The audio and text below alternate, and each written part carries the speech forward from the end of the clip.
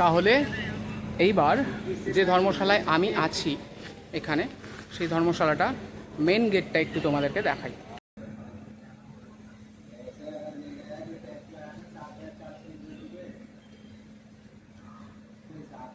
এই ধর্মশালাটার নাম হচ্ছে চন্দ্রপ্রভা শ্রীপাল ভবন।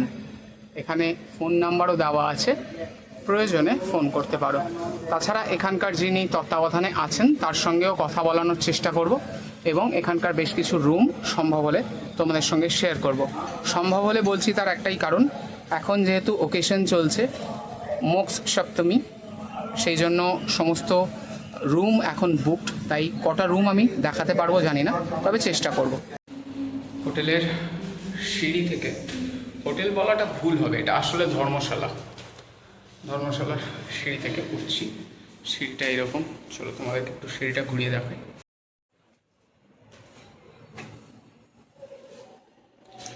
এই সামনেটা কাঁচ লাগানো, এই যে বাইরে নিচে একটা, নিচ থেকে এখান থেকে ঢুকলাম, এন্ট্রান্স থেকে উঠে আমাদেরকে যে রুমটা দেওয়া হয়েছে সেটা দোতলাতে, 13 নম্বর রুম।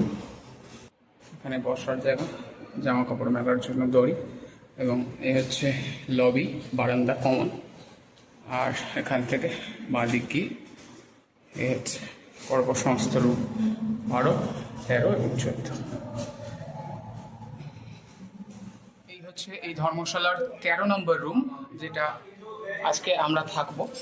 তো এই রুমটা একটু তোমাদেরকে যদি দেখাই, এখানে গেট খোলার পর ঢোকার পরে এইদিকে দুটো বেড আছে, সিঙ্গেল বেড জুড়ে ডাবল বেড করা হয়েছে, বিছানায় চাদর এবং বালিশ কভার পরানো আছে।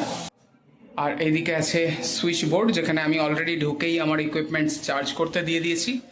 আর এখানে আছে জানালায় এখানে 3টে পাল্লা আছে, দুটো কাঁচ লক হয়ে যায়। আর এখানে একটা নেট দেওয়া আছে যাতে হাওয়া পাস হয়, কিন্তু বাইরের কোনো ইনসেক্ট, পোকামাকড়, মশা ভেতরে না ঢুকতে পারে, সেরকম ব্যবস্থা করা। কার্টেন লাগানো সুন্দর। এখানে একটা টেবিল রাখা আছে এবং পা পোস আছে, পা মোছা। এদিকে একটা, বাথরুমের সামনে একটা চেয়ার দেওয়া আছে, এবং এই কোণে একটা ডাস্টবিন রাখা আছে। ডাস্টবিনটাতে আমরা বেশ কিছু জিনিস ফেলেছি, যার জন্য একটু অগোছালো লাগছে, অপরিষ্কার লাগছে। এবং ফ্লোরে টাইলস লাগানো আছে। এইদিকে একটা পাখা আছে এবং দুখানা লাইট আছে। এটা নন এসি রুম, এই রুমটাতে এসি নেই, পাখা আছে, তবে বেশ পরিষ্কার পরিচ্ছন্ন। বাথরুমের পাশে সুইচ বোর্ড আছে, যেখানে দুটো সুইচ আছে, একটা লাইট এবং একটা গিজার। বাথরুমে গিজারের ফ্যাসিলিটি আছে, সেটাও দেখাবো। আর এদিকে আছে ক্লথ হ্যাঙ্গার, জামা কাপড় রাখার জন্য। এটা হচ্ছে, একটু দেখাই, টয়লেটটা হচ্ছে কাইন্ড অফ বালতি মগ দেওয়া আছে, WC। এখানে টাওয়াল র্যাক আছে, এদিকে মিরর, শাওয়ার আছে, গিজারটাও চলে, তবে কারেন্ট কিন্তু প্রচণ্ড এখানে যায়। কারেন্ট গেলে গিজার টিজার কিছুই চলে না। আর বেসিন, এদিকে টাওয়াল র্যাক, দরজাগুলো এই ধরনের দরজা। হ্যাঁ, তো এই হলো ব্যাপার। চলো তাহলে এই ধর্মশালার যিনি তত্ত্বাবধানে আছেন তার সঙ্গে তোমাদের সরাসরি কথা বলিয়ে দিই এবং সমস্ত ইনফরমেশন শেয়ার করে দিই। जी प्रणाम। आप अपना नाम थोड़ा बता दीजिए व्यूअर्स को। जी, जो लोग यहाँ पे आना चाहते हैं, अगर पहले से बुक करना चाहेंगे तो क्या आप एक कांटेक्ट नंबर शेयर कर पाएंगे उन्हें? बताइए तो फिर नंबर। 9910530539।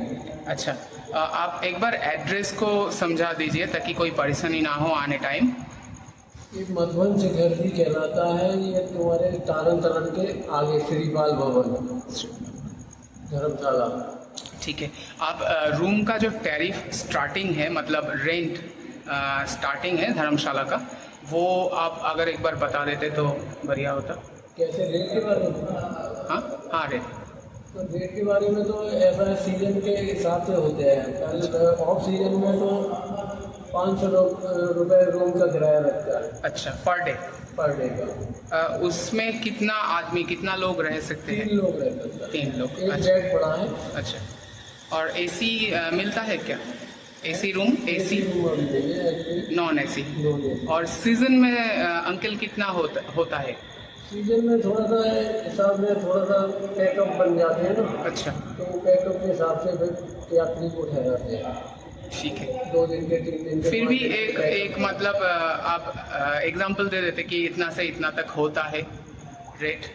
अब ऐसे तो कुछ नहीं है, एग्जाम्पल ये कहूँगा उस समय मतलब स्थिति को देखते हुए, अच्छा अच्छा, उस समय स्थिति को देखते हुए जैसे होता है एज पर सिचुएशन वही चार्ज किया जाता है, ठीक है। थैंक यू अंकल, आपने बहुत सारा जानकारी दिया, थैंक यू सो মাচ। তো এই ছিল এই হোটেলের সমস্ত ইনফরমেশন। এছাড়া এখানে বুক করতে চাইলে কি করতে হবে, কোন নাম্বারে কল করতে হবে, সেই কন্ট্যাক্ট নাম্বার আমি নিচে শেয়ার করে দেবো, প্রয়োজনে আপনারা কন্ট্যাক্ট করতে পারেন। তবে একটাই কথা বলবো, এখানে যদি কোনো অনুষ্ঠান আছে এরকম সময় আপনি আসেন, অর্থাৎ ওকেশনে আসেন, সেক্ষেত্রে অবশ্যই চেষ্টা করবেন হোটেল বুক করে আসতে বা আগে থেকে কল করে ইনফরমেশান নিয়ে আসতে খালি আছে কিনা। আর কারণ এখানে জৈন ধর্ম অবলম্বী আপনি যদি না হন, সেই কমিউনিটি থেকে না হন, যে সমস্ত ধর্মশালাগুলো আছে সেখানে কিন্তু এন্ট্রি পাওয়া যাবে না বললেই চলে। এবং যে কয়েকটা হাতে গোনা প্রাইভেট হোটেল আছে সেগুলো ফুল প্যাকড আপ বুকড থাকে। সুতরাং আগে থেকে আপনি যদি আপনার রুমটা বুক না করেন খুবই চাপ হয়ে যাবে।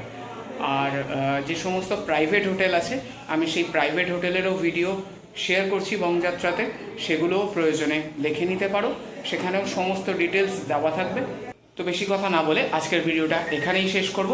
যদি তোমাদের ভিডিওটা ভালো লাগে অবশ্যই লাইক করে দিও, এবং প্রচুর মানুষ ভিডিও দেখছো, পছন্দ করছো, কিন্তু সাবস্ক্রাইব করছো না, তাই তাদের উদ্দেশ্যে বলা যে একটা সাবস্ক্রাইব করে দাও, সেটা কিন্তু টোটালি ফ্রি, কোনো কস্ট লাগে না। কিন্তু তোমরা যদি সাবস্ক্রাইব করো আমরা অনেক মোটিভেটেড হই, আমরা পরবর্তী ভিডিও বানানোর জন্য অনেক বেশি এনার্জি পাই, ভালো লাগে। তাই সবার কাছেই বলার, সাবস্ক্রাইবটা করতে ভুলো না। ততক্ষণ সবাই সুস্থ থাকো, ভালো থাকো, সঙ্গে রাখো বংযাত্রা। টাটা।